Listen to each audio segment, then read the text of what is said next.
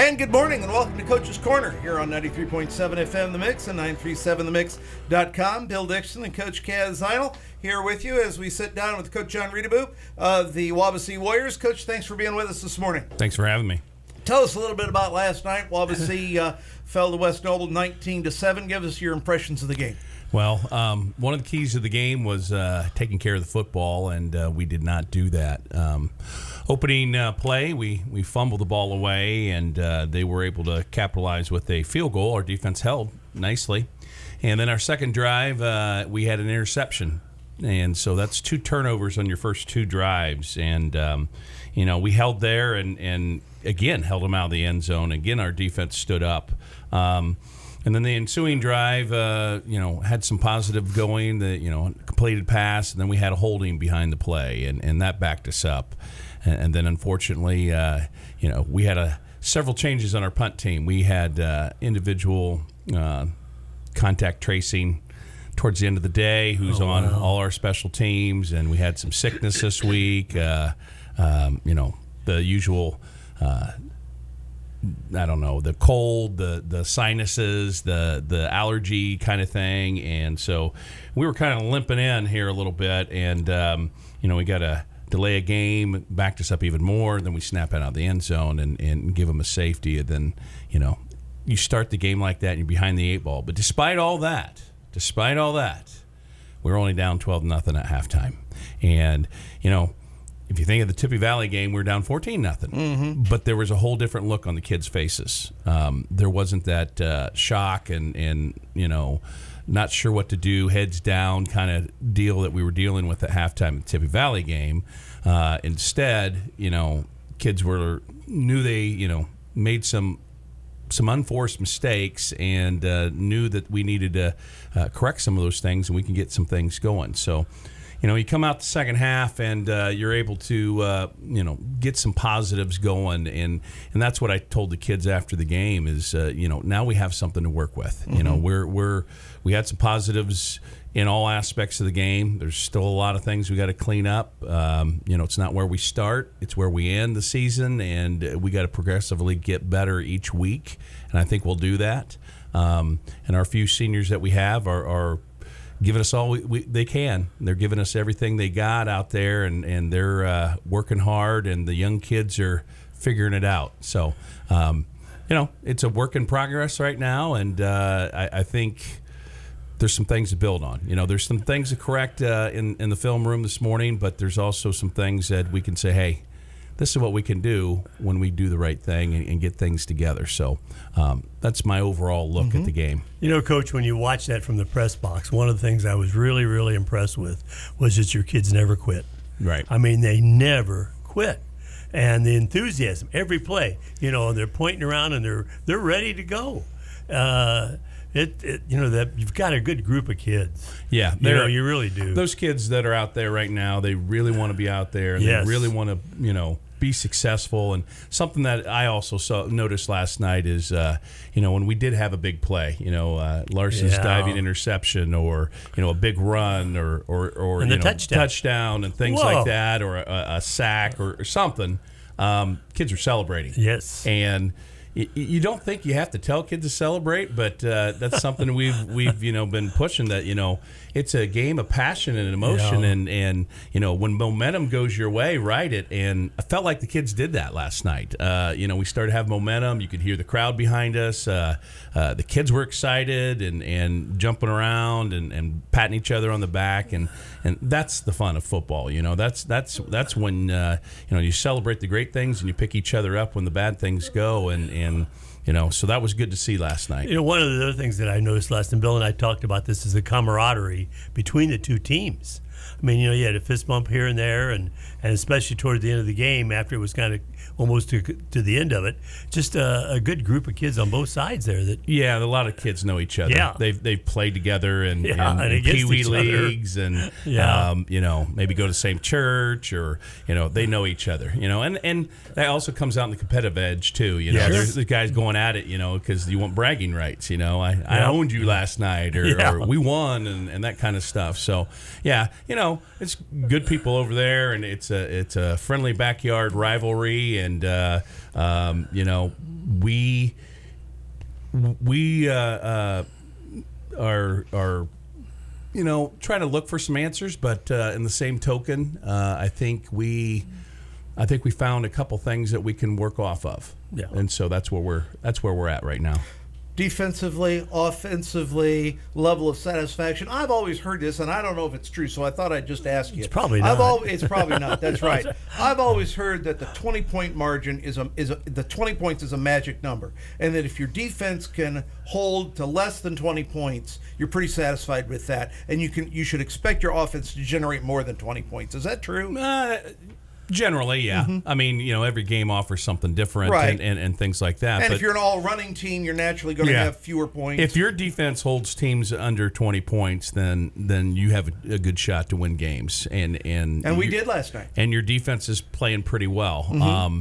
And you'd like to think your offense can generate 20 points, but when your possessions consist of turnovers, that's going to be an awful hard thing to do. But nonetheless, in the second half, we had our opportunities, and we capitalized on some and did not capitalize on others. And when you put yourself in a half to get it done, you got to be almost perfect. So I thought you got some excellent play last night, particularly from your defensive line. I thought Aiden, I want to say Logan Mast did a tremendous job. I thought several of your defensive linemen, your ends just came crashing in. I thought your defensive line was outstanding last night. Well, Logan gave us a little punch there in the defensive line, a reluctant, I should say, defensive lineman. He didn't think of himself as a defensive player, but really? He does a fantastic job, and we keep reminding him, hey, Logan, we need you. You do well when you're in there. So, yeah, Dryden Hernandez also rotated in there, and Quentin Spitzmacher at defensive end. I mean, you want to talk about a warrior. He was going both ways and just fighting through things. Our ends are aggressive, but we got to learn our containment and our lanes. When they did torch us, it was to the outside, and we lost containment a little bit. But you know what? They're playing hard over there on that side of the ball, and to be only down 12-0 at halftime with all the holes we were in, it's pretty amazing, a testament to our defense. And I think towards the end of the game, when they had that final drive and scored, I think our defense was about out of gas. Well, you can't leave the defense on the field for an extraordinary amount of time and expect them to continue. Just luck of the draw, all right? If you spin the chamber, eventually the bullet's going to fire, and that's when you put the defense on the field too many times, that's what happens. Yeah, the time of possession was overloaded them to us, and so, again, you're on the field too much, and this was a problem we had last year. Our defense was on the field too much, and it's a good defense, but after a while you're going to succumb, and in that high heat last night, I was impressed that they held it together through the third and into the fourth pretty well, considering how hot it was and how much they were on the field. You didn't see any guys coming out cramping this No, week. how'd you do that?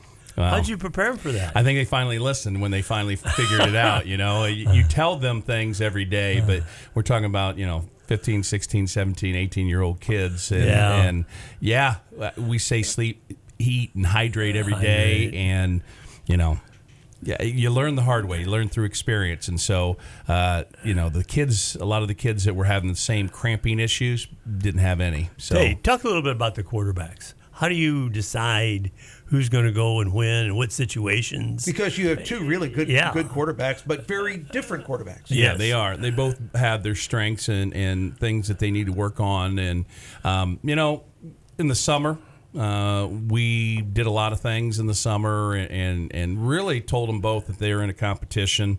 And towards the end of the summer, when we started getting into scrimmages and things like that, Lucas, being the older guy, kind of rose to the forefront, and his running ability brings another aspect to the offense.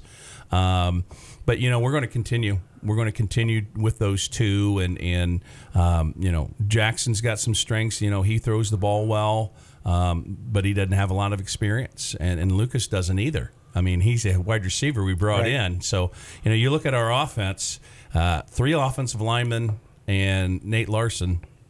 That's it on offense. And so we got a lot of new faces over there, a lot of guys getting used to where they're at and what they're doing. And we'll continue to work with that.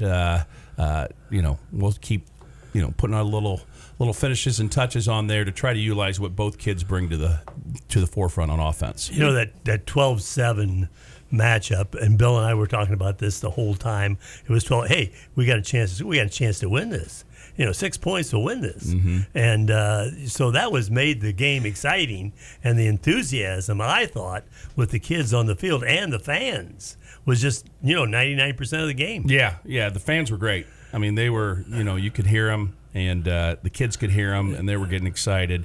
I would say a key point in the game is when they were punting deep in their own territory and had a bad snap. I watch that film over and over again. I have no idea how he got that punt off, because he was facing the opposite direction and Jared Smith was tackling him as he kicked it, and somehow that ball went down the field.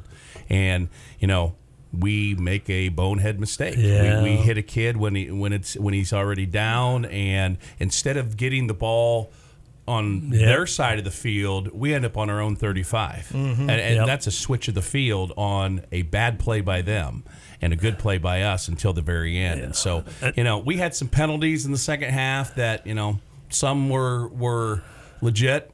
I'm not going to talk about officials, but there was. I'm going to talk about officials, right? Well, the score was 12-7 when that happened. Yeah, and Bill and I went crazy in the press box. There were some issues with the clock. Yeah, there were some major issues with the clock. That's true. Seemed to be very efficient on our end and not efficient on their end, and one key possession.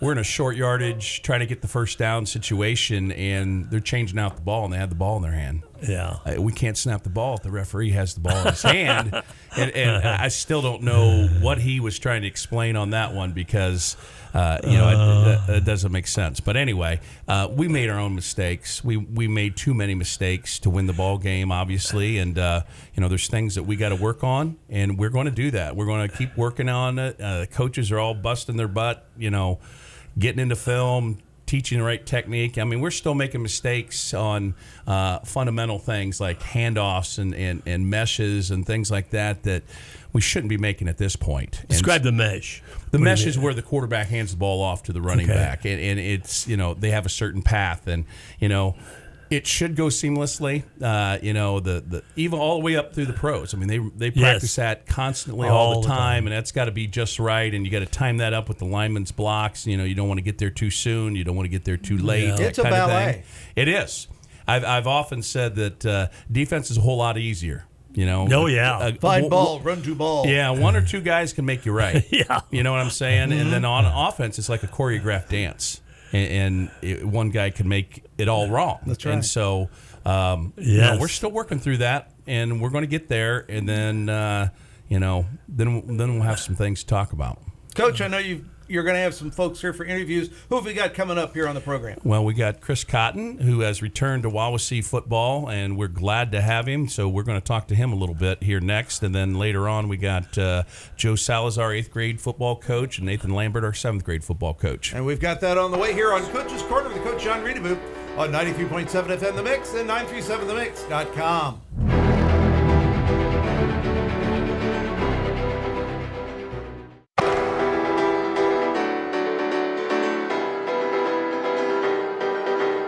And welcome back to Coach's Corner on 93.7 FM The Mix and 937themix.com with Coach Jon Reutebuch, head football coach of the Wawasee Warriors. And Coach, you brought a guest in with you. Yes, I brought in Coach Cotton.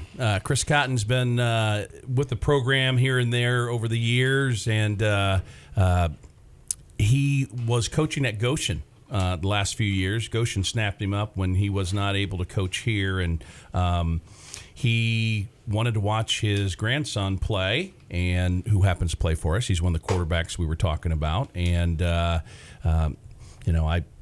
my coaching staff is very young. We have a lot of young coaches, and I wanted to get some more experience on the staff, the guys that have been through the battles and been through, coordinating and things like that, and looking around, and I knew Chris was available, and so I set up a meeting and did my best salesmanship to see if we could somehow get him back in some capacity to help us out a little bit. And now, when you did that with Casey over in Milford, it cost you 2 breakfasts, a lunch, and a dinner, and you never left the restaurant. I don't think that problem occurred with Cotton, but I could be wrong. we did meet at a restaurant. Oh, did it? Well, okay. All right. I have to admit that, but it was a good conversation. Chris and I have known each other for a long time. We both played quarterback at high school. Chris is a Wawasee guy through and through. He's always had the program at heart, trying to help Wawasee build a program that can compete. And I know that's his philosophy and what he wants to do. I mean, he's worked with our Pee Wee program for years and years and years. Almost invented the Pee Wee program. Almost. I mean, pretty close, right? My brother helped start it with Mike Swain and Tommy Lees in the early 90s. So. Yeah. And then I took it over in 95. Yeah. And we honored Chris last year. The Pee Wee program honored Chris, and a lot of people came out that were past Pee Wee kids last year for how many years of Pee Wee service? Was it 25? 25. That was 2 years ago. So Eric Leffler, I did a sales job on him, and he runs it now. So I'll stop by the middle school and watch the games today and enjoy the fact that he's the one fielding all those calls. Oh, yes. So we got Chris back. Chris, like Mike, is one of our experienced coaches. Chris has been an offensive coordinator. Mike's been a defensive coordinator. So that's invaluable to have their insight for our current coordinators. They got somebody talking to them on the headphones that's been where they've been and making the kind of calls that they have to make and giving them valuable information. And then, on the field, coaching. Knowing the ins and outs of fundamentals and technique and what needs to be done. And so Chris has brought that to the offensive side of the ball, as Mike has brought that to the defensive side of the ball. Well, thanks for coming in, Chris. I appreciate it. Yeah, good to be back. It was really fun listening to you and your cohort there in crime up in the press box. You guys did a good, and of course, you gave Bill. Bill was always tipping you off about what to say and what to do. So I thought that was color pretty commentators funny. To go with my one play-by-play. We're going to have to work on the distancing on that. Yeah. When I got done, I had a text from Josh Ekovich that said he could hear me on the radio, and so I immediately had to do an inventory of what kind of advice I may have given Coach O that might have made it on the airwaves. I think we were okay. I think we were. I think we were. Hey, Chris. I was trying to figure out the other day. We have IFCA membership and things like that, and you got to put in all kinds of information. And I texted Chris and some other our coaches. How many years has it been that you've coached high school football? I started helping Joe Rietfeld in 2002 when I finished doing radio actually for Bill. I'd done Whitco and then Fairfield and then a year of Wawasee. And started helping Joe on Friday night spotting and play charting. And then you rose up the ranks there. I know you have shared the special teams coordinator position with me as far as you rose up doing that for a long time. And then offensive coordinator, quarterbacks. And talk a little bit about that, your experiences there. Yeah, having coached for so many different head coaches, the only thing I haven't coached is inside linebackers and defensive line. Well, guess what? You get next week. We just throw it all in a hat and pull out and see what we get. Yeah, so that's been helpful. I've been on some great staffs and learned a lot. I talked about in the early years, I often say that the first 5 minutes of the halftime on that staff I was part of initially was like a clinic every Friday night, and that's a big part of it. But everybody I've worked with, I've pulled something from, and the special teams is such an important part of the game. But the funny thing is, as you get closer to Friday, a lot of head coaches and then the coordinators fight for just one more rep, and those tend to get stolen from the special teams coach.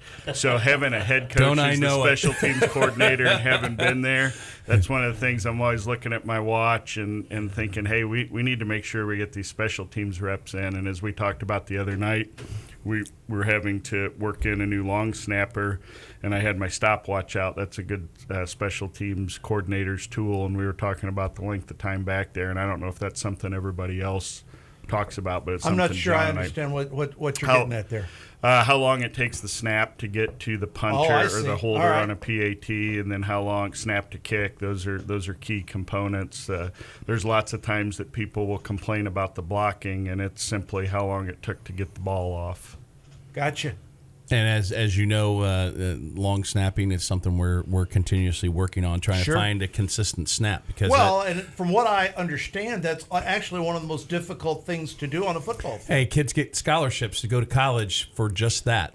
Notre Dame uses a scholarship every 4 years to bring a kid in that does that job, and kids get into the NFL because they're really good at doing that particular job. So it is a special skill. Mm-hmm.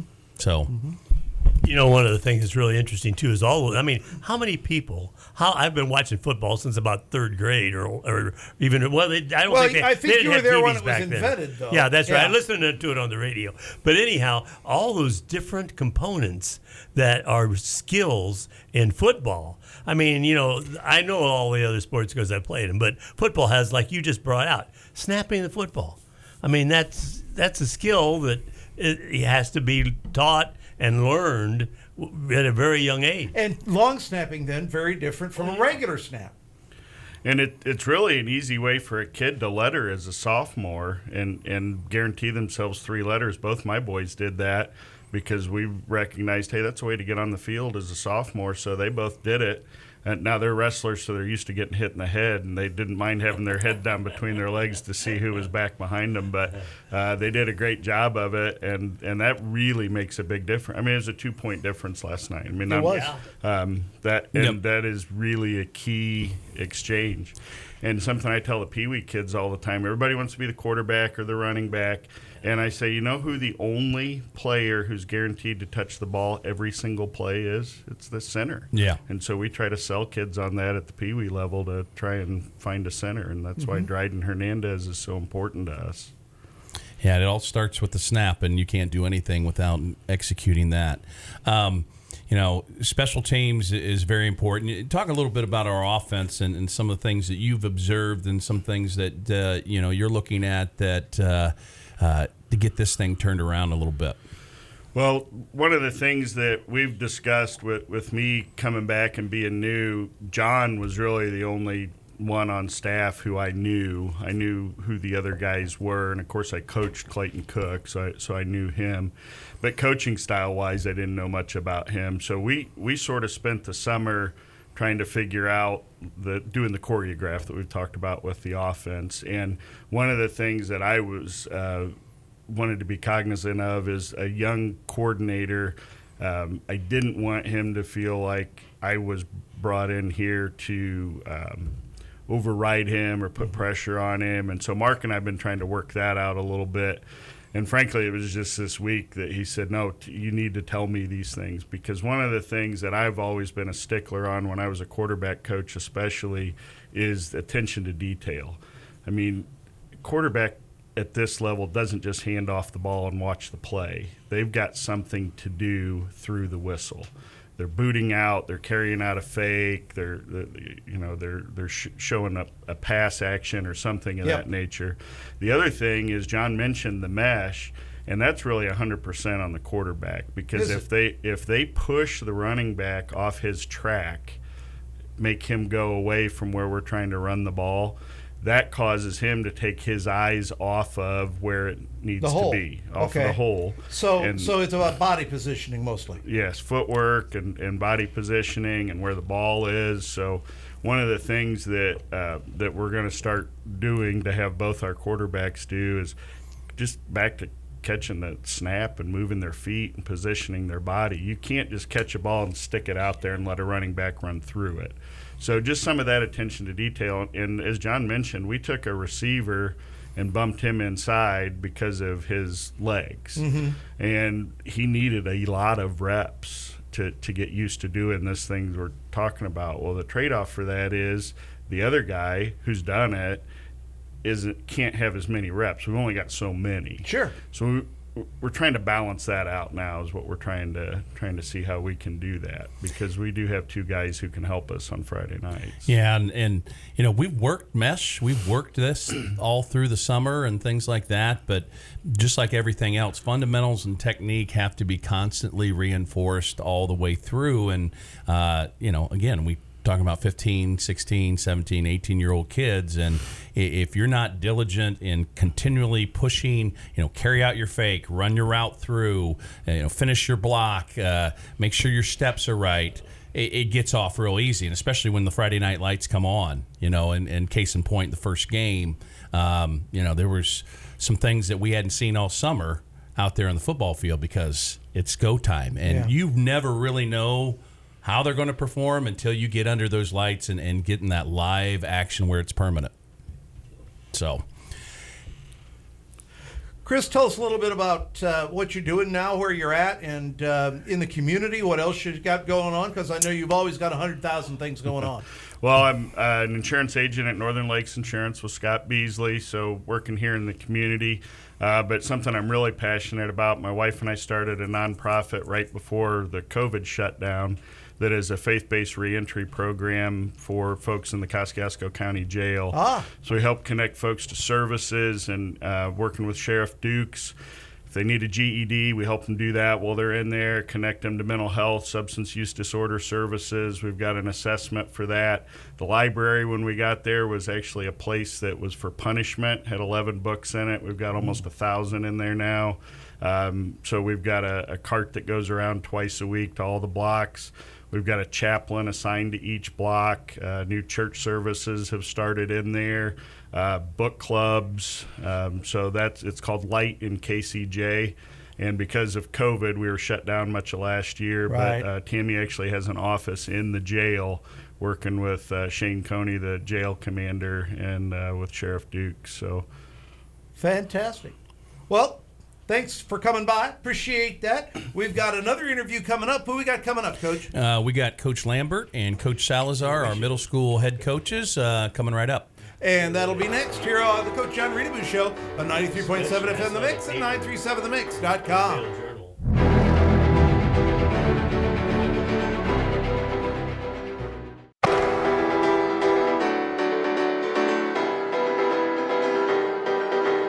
And welcome back to Coach's Corner on 93.7 FM The Mix and 937themix.com with the head football coach of the Wabasee Warriors, Coach Jon Reutebuch. Coach, who else have you brought with you today? Well, we brought in our middle school head coaches, Nathan Lambert, 7th grade coach, and Joe Salazar, 8th grade coach. Joe, thanks for being with us, guys. Joe, talk a little bit about who you have on staff, and then what your numbers look like at the 8th grade level, and some of the experience, you know, your games and things that you've had so far this year. Hey, thank you. Good morning, fellas. Your staff, first of all, who you have on staff. This year, we had one of my good friends and coaches decided to step down this year, so on defense. So we brought in another defensive coach with Sean Center. He's helping us this year. Dustin Stutzman, who deals with our offensive defensive line, and myself takes care of offense. Then we have a coach that kind of floats in between this year. Do you want to talk about him, or you or Nate, either one? Yes, Mr. Scott Hetrick. He is helping both 7th and 8th. He floats around, helps us with special teams and wherever we need. Awesome. So he's been a great help also. Awesome. Let's talk about your team makeup as far as how many kids we got playing 8th grade football, and then go into your playing experiences so far this season.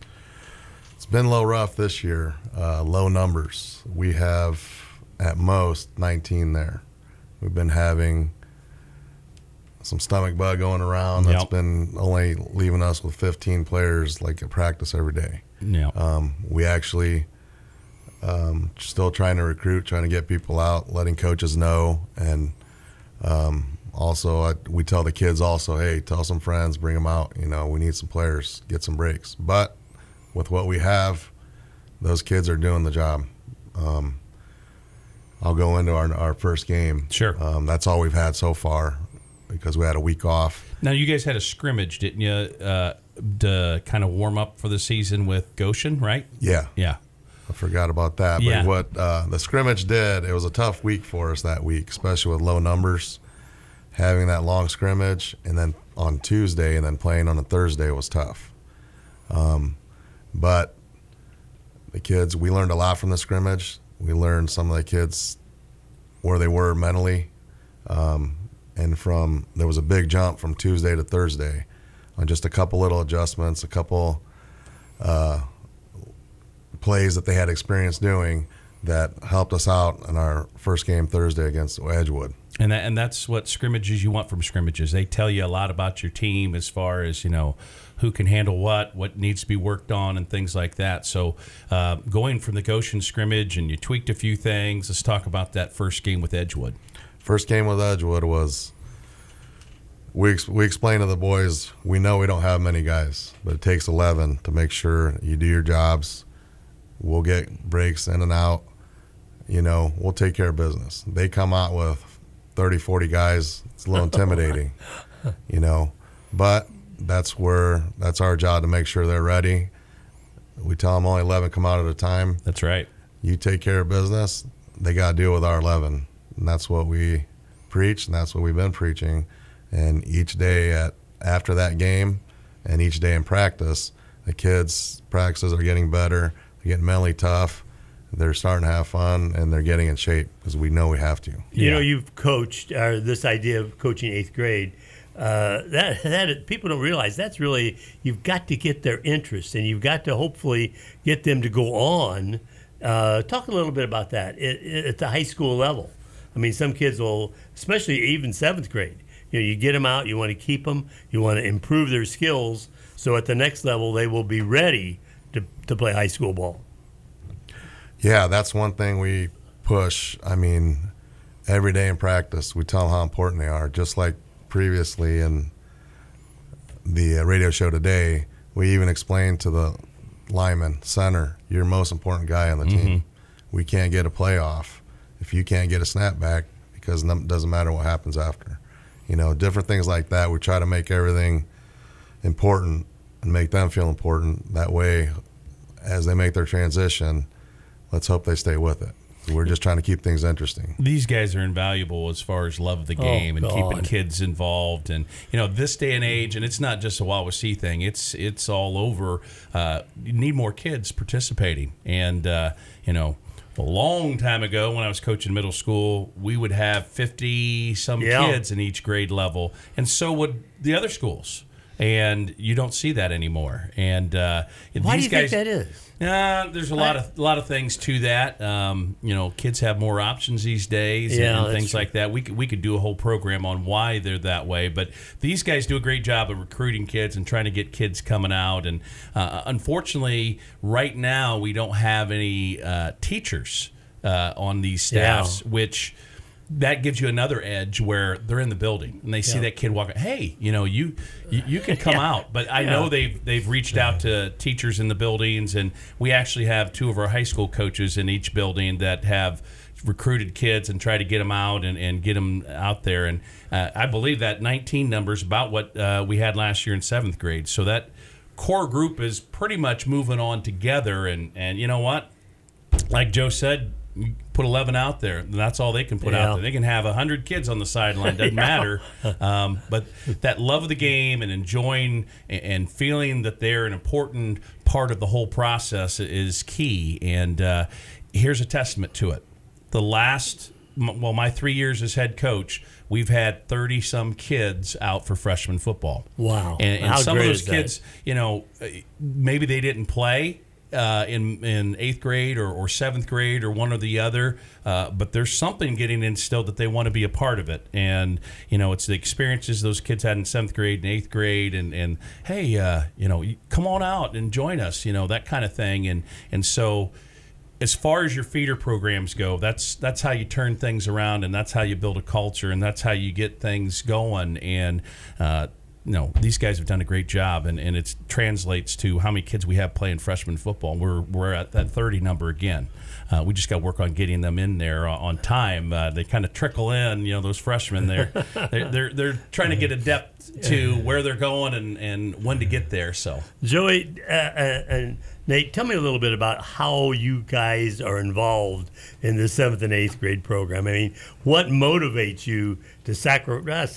Yeah, sacrifice is the right word, isn't it? Yeah. Your time, absolutely, to be able to do this. I want to hear. They don't do it for the pay. I can guarantee you that. Right.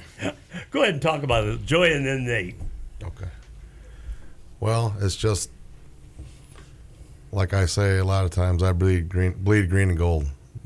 I just look at the programs, whatever I was involved in, I want to give back and make sure I try to make any program I can help with successful, whether it be football, basketball, wrestling, or baseball. Is there a sport you haven't coached? Swimming. I don't think you've been involved in swimming. Maybe in golf. Maybe. No, not yet. Joe's been a part of coaching everything, and I don't know if you noticed, but trying to get Wawasee guys back into Wawasee coaching, guys that been there, done that, and know what's important is a key part too. Coach Cotton, he's a Wawasee guy. Coach Salazar, Nathan Lambert, they're all Wawasee guys, and getting those guys understand, getting them in and they understand what's the community's like and what we need to do and things like that is invaluable. Yeah, it is. Nate, talk a little bit about your background and how much you love. We had, when I was back in the day, we had 6th, 7th, and 8th grade football. Now, with just these two levels, how you get involved in this and what's your motivation? Yeah, so, like Coach Reutebuch said, I'm a community guy here. Grew up on Dewart Lake, went to Wawasee. Actually, my middle school coach was this man right across the table from me, Mr. Reutebuch. And you survived. I survived. I'm not sure how. And he ended up becoming our running backs coach and that. So, it's just one of those things where grew up in the community, really wanted to put back something. Knew I wanted to get into coaching, just didn't know how.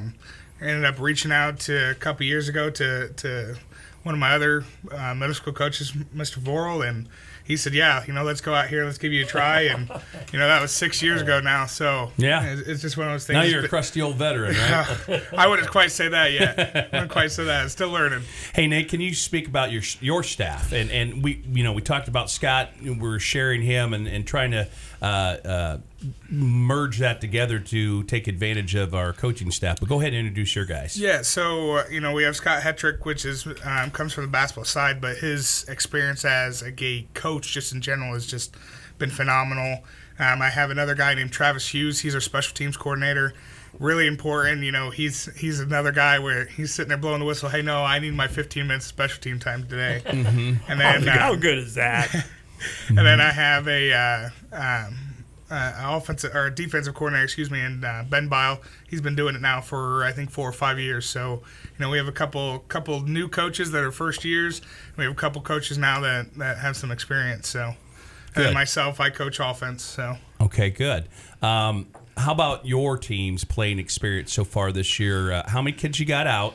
And then what have your kids experienced? Yeah, so actually this is the best numbers-wise we've been in, I think, 2 or 3 years. We started out with 19, and then now we're up to, I think, 25 or 26. Awesome. And talking to Coach O a couple days ago, I think I'm going to get a couple more. So that's huge for us. Unfortunately, we did not get a scrimmage. Goshen did not have enough for a 7th grade team. So well, there's an advantage right there. We have enough for a scrimmage. They did not. So that's even though that didn't give you a chance to get what you wanted out of that, we have some kids out there. So that's good. Okay, go ahead. So, that, and like you said, scrimmage is kind of where you start finding out your major bugs and start plugging them. Unfortunately, we didn't get that. Went into a game a little rusty.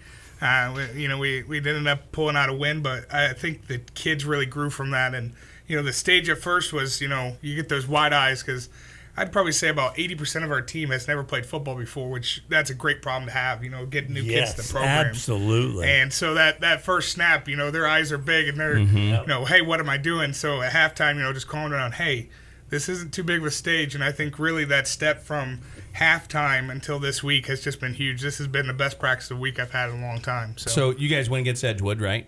We lost against Edgewood. Okay, yeah. And what was the score of that game? 28-0. 28-0. Again, getting that choreographed dance going, and but I'm sure there's a lot of positives in that in that first game. And it's often said, and I've even used it as well, is some of the biggest improvements you're going to see is between that first game and that second game, or a scrimmage in that first game when you really finally get them in action live. They got to know what they're doing, and you can't stand behind them and say, "Do this now," and this is what you do on this play. They got to actually go out there and do it. So that is key. Yeah, and for us, that first game, we came out really bad. It was 28-0 at half, and we ended up winning the second half. We had more yards. Our defense started stepping up. So just that switch between that talk of, hey, take a deep breath was huge for us, and I think it's really going to be beneficial later on. Awesome. Now, something we're doing, and we've kind of been in a transition, is putting these two programs together as far as where they practice, and there's many reasons for that, and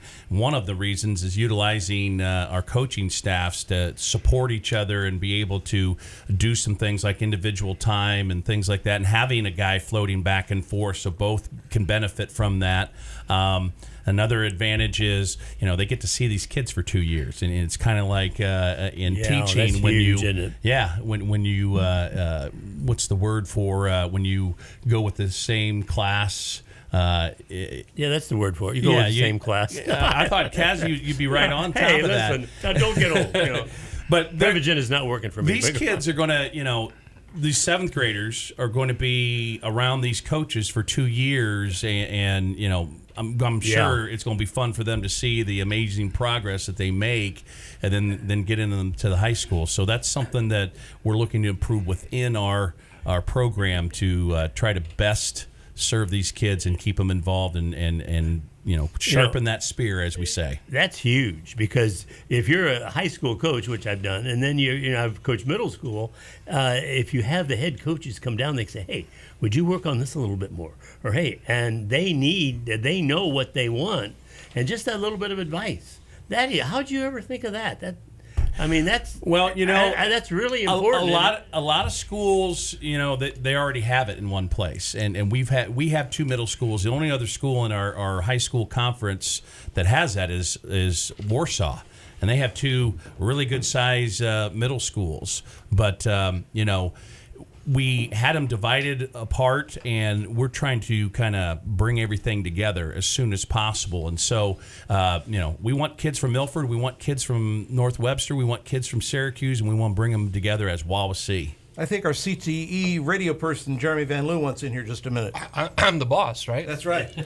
So not only is it cool to have my nephew in here, Mr. Lambert, but, did you talk baseball yet? I know that's a long ways away. That was going to be my parting shot to congratulate Joe Salazar. He is our head baseball coach now, and congratulations, Joe. And if you want to say a little bit about that, that'd be great.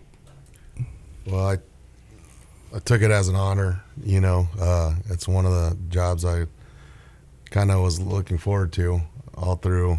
As I've been coaching from little guys up to now going to be high schoolers, and that's one good thing that I have an advantage of. I know a lot of the kids that are coming up right now. I know a lot of the community, a lot of the parents, a lot of the help. I think I'll have a lot of support, so that's one good thing. But I'm looking for bigger and better things. We started off last season, or ended last season, on a high note, but as a lot of people know me, I'm looking higher. Sure. So that's the plan. Well, congratulations on your ascendancy to the top job over in the baseball world. Appreciate you being here. When we come back, we're going to talk to Coach Reutebuch about next week's opponent, the Northridge Raiders, here on the Coach Jon Reutebuch Show on 93.7 FM The Mix and 937themix.com.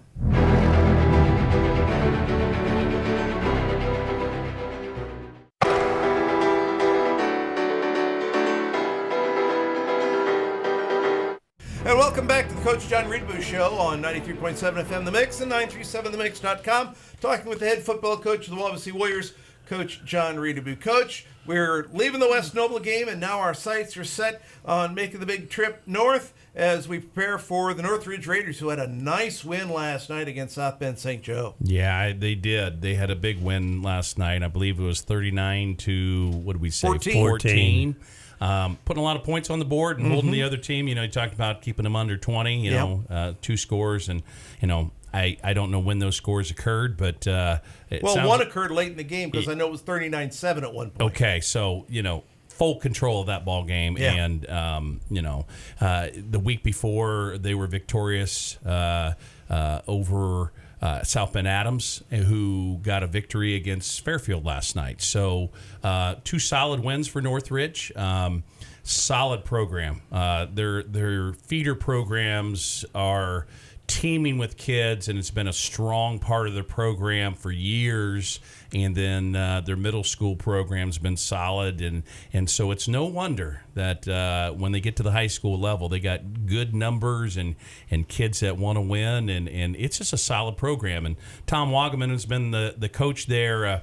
They struggled for years to get success at that high school level, but when you have a solid feeder program, eventually that's going to come to fruition. And you also have a school corporation that's growing. Yep. They used to be the smallest school in the NLC at 800 and some kids, and now they're one of the bigger schools. And the word is that they're going to be 5A the next time they do the enrollment check. And wow. So it is booming in Northridge land. And Tom Wagaman has turned that football program around, and now his protege, Chad Epley, a Wawasee guy, a Wawasee grad, who's a traitor. Great, is that a better word? No. Chad is a great guy. I know. And there's lots of Wawasee people pulling for Chad. Hopefully not the night we play him. Absolutely. But, he's a great guy. Did it the right way, busted his rear end. As a wrestler, as a football player, and he's still involved in all that, and track and everything. And, he's going to have success there too. And he's put together a good staff there for a young guy. One of your biggest challenges is putting together a staff. How many guys are going to stick around, and those kind of things. And, he's done a great job of doing that, and they're out to a great start. Northridge, a fantastic community. You got the 3 things there that you really have to have if you're going to be successful in football. Are you going to say money, and money? Well, no, I wasn't. I was going to say that's a different animal. Yeah. You got the program that you were talking about that goes all the way down, the feeder program, which is no longer a luxury. Used to be considered a luxury, not anymore. Oh, you got to have it. You've got the growing population, so you got plenty of kids, and you got a community that will get behind anything that is community up there. They are so community focused in that area. Absolutely. Yep. Absolutely. And it makes a huge difference. You go to their games, they're packed. Oh, yeah. Always packed. Oh, I don't yeah. care if Northridge is, 0-9 or if they're 9-0. It doesn't matter. Yeah. You got butts and seats. Well, and Northridge is a consistent leader in the conference trophy standings every year. Warsaw obviously being the biggest school in the conference by far. Naturally, you would think they're there all the time, and they usually are. But the other team that's usually there is Northridge, and so you're absolutely right. I mean, they have great community support, great fan base, a lot of participation, and it's channeled into success. And that's what we're trying to do here at Wawasee. We've had some changes in leadership and coaching and all that stuff, and we're trying to get ourselves to that level. It really takes some stability for a period of time before just the entropy, the chaos of it settles out, and what's really going on can grow those green shoots. Absolutely. Consistency is a huge part of it. And, when you have changeover, that sends the programs into chaos and not consistent, and not the consistent message. Northridge for years had a great feeder program, and it didn't translate to the high school level. It took some time to get to that point, but once they got to that point, they've seen great success, and that's why year in and year out their programs are successful. And I believe we got great people in place, and I believe that we're getting to that point.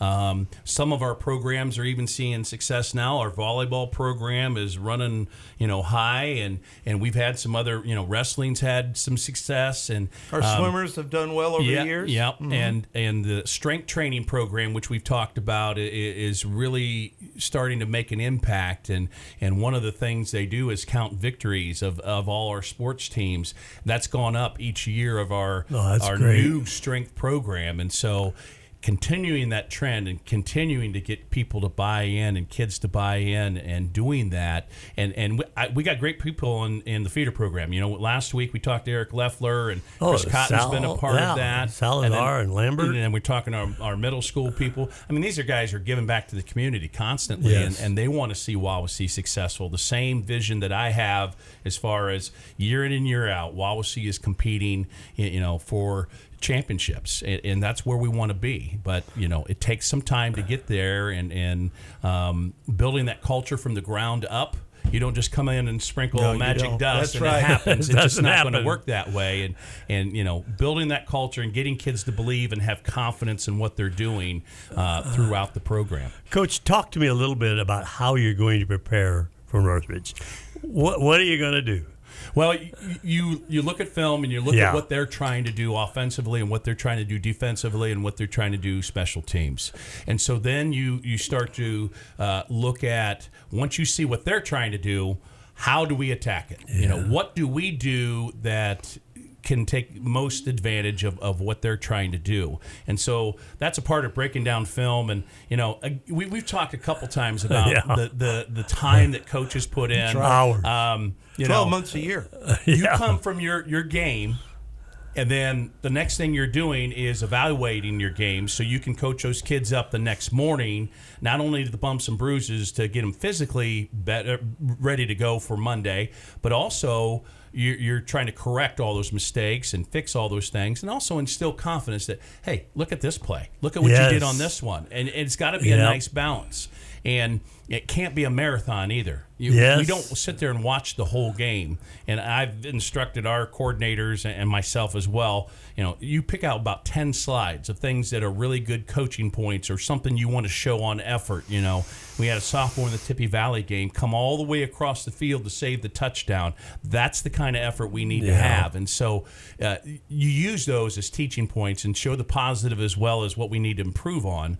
And then you're only halfway there, because now you got to break down the next team and break down what they do and how we're going to attack it and put that into a game plan. And so we go into Monday, and I know I've talked about our schedule, but Mental Monday. And that's where we go through here's what they do. We're going to show it to you here. This is how we're going to attack it. And so that's what you work on during the week.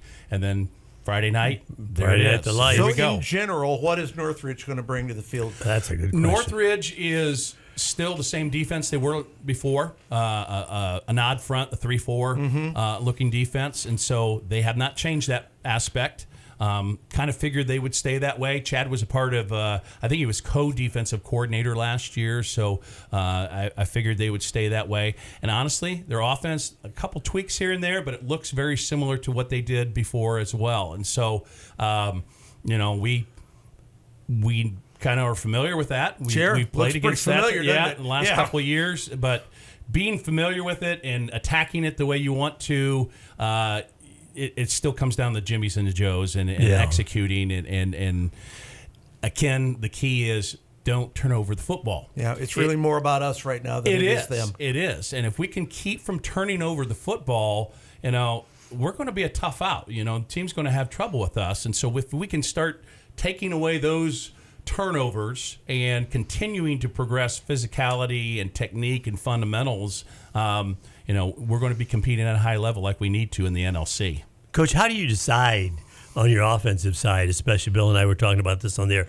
you're going to run the ball or you're going to throw the ball? Which quarterback? You've got a tremendous amount of tough decisions to make every single play. Oh, I often tell people that, I probably make, I don't know, 2,000 decisions on each day, and it's probably no exaggeration, from teaching in the classroom to coaching and how we're going to do this, how we're going to do that. And, obviously you got to have a good coaching staff that helps you do those things, and you got to delegate some things. And, part of bringing Chris in was I knew I had to do the special teams this year. We had a guy that did it last year that's in the private sector now. He's not coaching, and we don't have anybody with that kind of experience. So as head coach, I need to fill in and do that. So I wanted somebody in that could give another set of eyes to the offense. And we also had a coach that was Andy Zapes, our defensive coordinator's eyes, and helping with that. And he went to a different job, and so that was a part of being Coach Casey and Coach Cotton in, is to get experience. And I've lucked out there. I've got two quality guys that have been coordinators that know what they're doing, and so that's going to help. But that's you're not the only head coach having that problem right now. A lot of head coaches have really young staffs right now in our area, it seems like. Yeah, and there's unfortunately there's staffs that are losing people to private sector and things like that, because I get it, providing for your family and things like that. I know Northwood, they had a defensive coordinator, did a phenomenal job over there, and he went to the private sector. So you're right. I mean, it's not only is it getting kids involved, but it's also finding adults that have the time and are willing to do that as well, which also makes your underlying program, your feeder program, so important, because these guys that are coming in, it's not just like it used to be with when I coached Little League. My God, can you imagine me as a coach? Oh yeah, I can. It'd be tough, man. It happened one year. I know as much about a baseball as the fact that it's round with red thread in it, right? But now then, these guys are parts of coaching organizations, and they're taught how to coach, and they're taught the game from a coaching perspective, and they know these things, and that gives you a feeder program of adults to work with. Right, exactly. Which is kind of a new thing. Yeah, that's exactly right. And part of being a head coach is coaching the coaches. Making sure they understand what the plan is and how to attack that from their groups. It's become very specialized, and making sure that we're all on the same page and doing the same things. And so that's what we're working towards, and we're going to get there. All the different aspects of being a head coach. I mean, you got to work with the kids, you got to work with the parents, you got to work with your assistants. That's why you said you never wanted the job, isn't it? Oh, I did when I started out. I thought, man, it's way too much for what I could do. But Coach, you guys are amazing. Coach, thanks very much for having us. Yeah. Really appreciate it. Coach Jon Reutebuch of the Wabasee Warriors here on the Coach Jon Reutebuch Show on 93.7 FM, The Mix, and 937themix.com, WRWTLP, Syracuse.